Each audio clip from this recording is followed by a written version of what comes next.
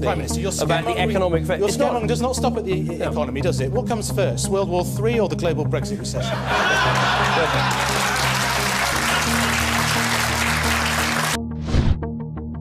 The world is changing with accelerating speed. To lead in shaping a new world order for the 21st century. We don't want a nuclear war. We don't want a killer war. We don't want a nuclear war. We don't want a killer. Division is brewing in Washington over just who is the biggest threat to American national security. The US president has warned the world to prepare for the threat of nuclear terrorism, but his defense secretary has a different take. Guyana Chichekan has the story. I recently issued my posture statement for the Defense Department for fiscal year 2017. The first to describe how we're approaching 5 strategic challenges: Russia, China, North Korea, Iran, and terrorism. Why does Obama need extra 750 foreign journalists at this time? The United States have provided physical and digital training to more than 750 foreign journalists worldwide and is increasing the funding to $2.5 million to those journalists. It is a clear sign that something big is going to happen, and United States is preparing to control the information flow, at least inside the US. Also, we have women who will be joining the US military. It's another sign of something big approaching. President Obama is back at the White House this morning after a week in the Middle East and Europe. Air Force One touched down Monday evening at Joint Base Andrews outside Washington. We spoke with the president yesterday in Germany in a wide-ranging interview. He had just announced 250 more American troops will go to Syria. They will help in the fight against ISIS, also known as ISIL. Us dismantling ISIL is a priority, and although we are not going to be sending ground troops in to fight, we are going to try to find out what works and then double down. And one of the things that's worked so far is us putting special forces in for training and advising of local forces, but also intelligence gathering. Let me pivot to China. Your Secretary of Defense has been in the region. How aggressive do you see the action in the South China Sea? And do you worry that they will cross some line in which you'll have to respond more aggressively? I've been consistent since I've been president in believing that a productive, candid relationship between the United States and China is vital, not just to our two countries, but to world peace and security. We're a lot better off with a China that feels confident. It's not a zero-sum game. It's not a zero-sum game. What is true, though, is that they have a tendency to view some of the immediate regional issues or disputes as a zero-sum game. So with respect to the South China Sea, rather than operate under international norms and rules, their attitude is we're the biggest kids around here and we're going to push aside the Philippines or the Vietnamese. But it doesn't mean that we're trying to act against China. We just want them to be partners with us. And where they break out of international rules and norms, we're going to hold them to account. And what about North Korea, finally? North Korea is a massive challenge. Our first priority is to protect the American people and our allies, the Republic of Korea, Japan, that are vulnerable to the provocative actions that North Korea is engaging in. They are erratic enough. Their leader is personally irresponsible enough that we don't want them getting close. But it's not something that lends itself to an easy solution. We could obviously destroy North Korea with our arsenals, but aside from the humanitarian costs of that, they are right next door to our vital ally, Republic of Korea. One of the things that we have been doing is spending a lot more time positioning our missile defense systems so that even as we try to resolve the underlying problem of nuclear development inside of North Korea, we're also setting up a shield that can at least block the relatively low-level threats that they're posing right now. President Obama has launched the U.S. most massive military buildup close to Russian and Chinese borders. This piece of information clearly shows a very strong message of the beginning of a major conflict between major superpowers such as NATO, Russia, and China. As you are watching this video, we have missile defense shields being set up and being installed in Israel, in North Korea, Eastern Europe, and Russia. When United States is testing its new intercontinental ballistic missiles, we have Canada asking to join US missile shield to enhance national security. Canada has suggested it may join the US missile defense shield. Then we have the installation of the US missile shield in Eastern Europe along Russian border. Russia has opposed US and NATO plans to deploy anti-missile systems close to borders with Russia. Washington says that the anti-missile system would not threaten Russian security. Russia will restore a missile attack warning station near Crimea to counter an increasing NATO activity in the Black Sea. We have 4,000 cruise missiles pointed at Putin that would enable Obama to deliver precision-guided, non-nuclear airstrikes anywhere inside Russia in less than an hour. When Putin calling Obama's new missile shield in Eastern Europe along Russian border a direct threat, we have Poland setting up a new missile shield. And then we have Romania setting up a new missile shield. We have US anti-missile base in Poland put by Obama, and in Kaliningrad we have Putin threatening to put nuclear missiles there. We have Putin activating S-400 defense systems all around Russian border with Eastern Europe, and we have nuclear missile systems patrolling Moscow streets. We have Norway and the US planning to establish a new military radar post in Vardø, Finnmark, in addition to the already existing US Globus 2 radar system. Let me show you on the map where all the missile defense shields are being set up and being installed in Eastern Europe. Just look at this map. Here we have Putin in Moscow, placing S-400 defense systems all around Moscow, and we have some in Kaliningrad. Here we have Obama setting up a missile defense shield in Poland and Romania, and putting radars in Norway. And in all these countries we have NATO and US military training at unprecedented scale. Watch my new video on military training and military hardware movement by Putin and by Obama in these countries. The link to my new video, as always, will be below in the description box.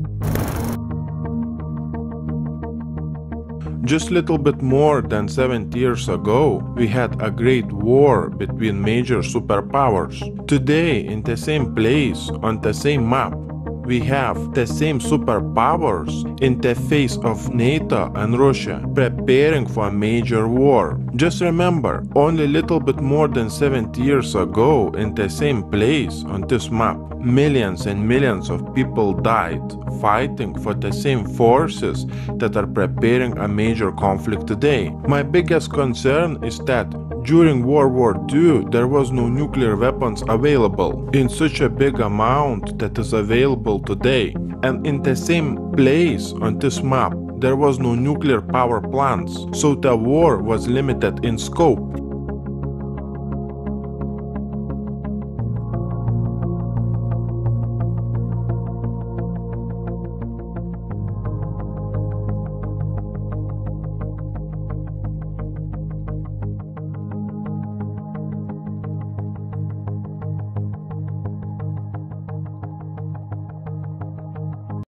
While the Allied forces lost hundreds of thousands of citizens during the course of the conflict, At least 27 million Soviets were killed during what's known in Russia as the Great Patriotic War.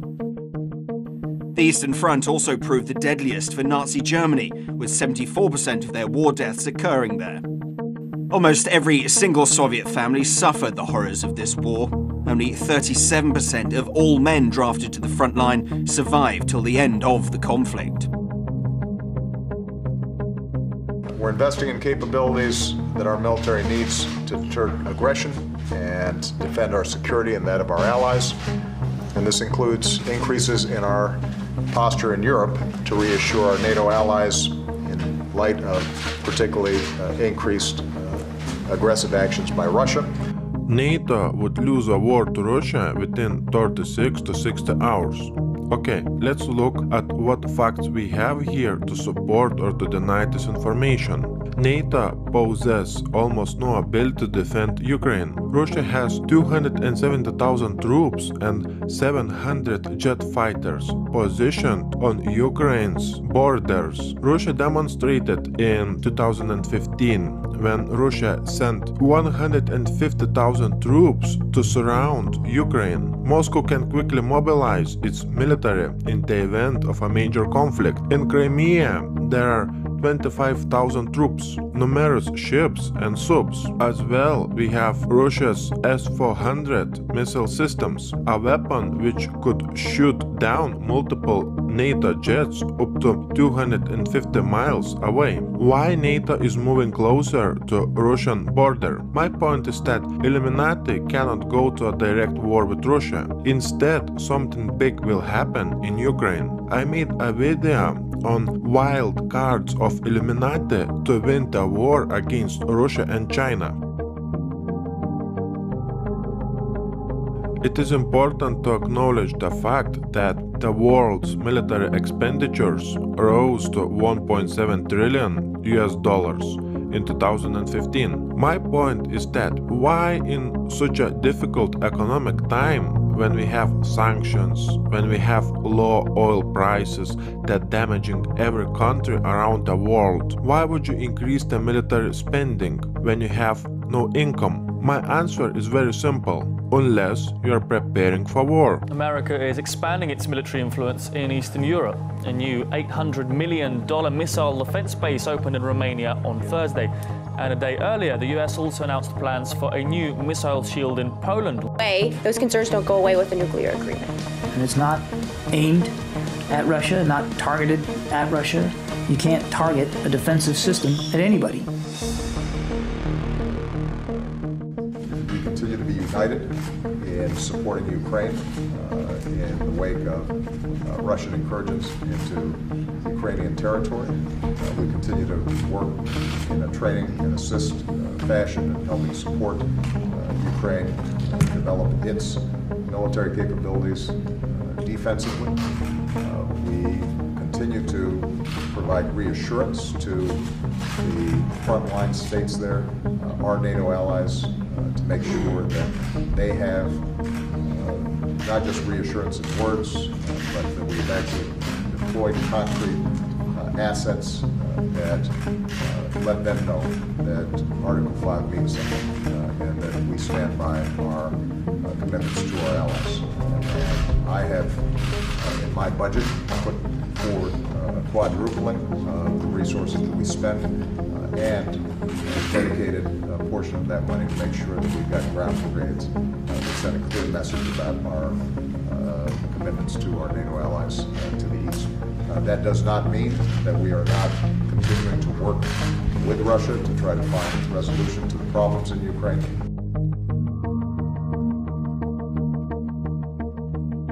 The signs that World War III and a major worldwide collapse are coming are everywhere.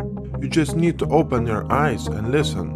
When we have very strange speech by the head of the US Army saying that prepare for little green men and hybrid armies. When we have David Cameron warning that Brexit could trigger World War III. When we have John Kerry saying that get ready for borderless world.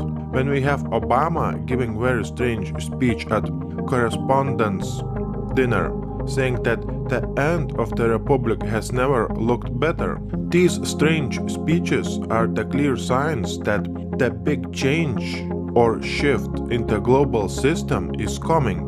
That change will affect everyone's way of living. Obamacare is great, and it's really working. Sign up now. I want you to know, guys, that all major powers of this world have huge military drills, training and military hardware movements all around the world at this very time while you're watching this video. In fact, the military drills around the world are so big that I had to make 5 separate videos on this subject. As always, the link to my new videos will be below in the description box. Unlike anything we've seen before, we have millionaires living USA, especially Chicago. We have 3,000 individuals with net assets of $1 million or more, not including their primary residence, moved from Chicago in 2015 alone. We have Federal Reserve emergency meeting with Obama. We have FEMA emergency meetings taking place. We have FEMA drills in many states inside the US. We have Walmarts closed with no windows and only one entrance and exit, creating security booths in 4 corners of closed Walmarts. We have people like Steve Quayle in one of his videos on Alex Jones' radio show talking about that all food from major supermarket is going underground bunkers in some cities inside the US. Why in the world we would have such strange things happening on the land of freedom?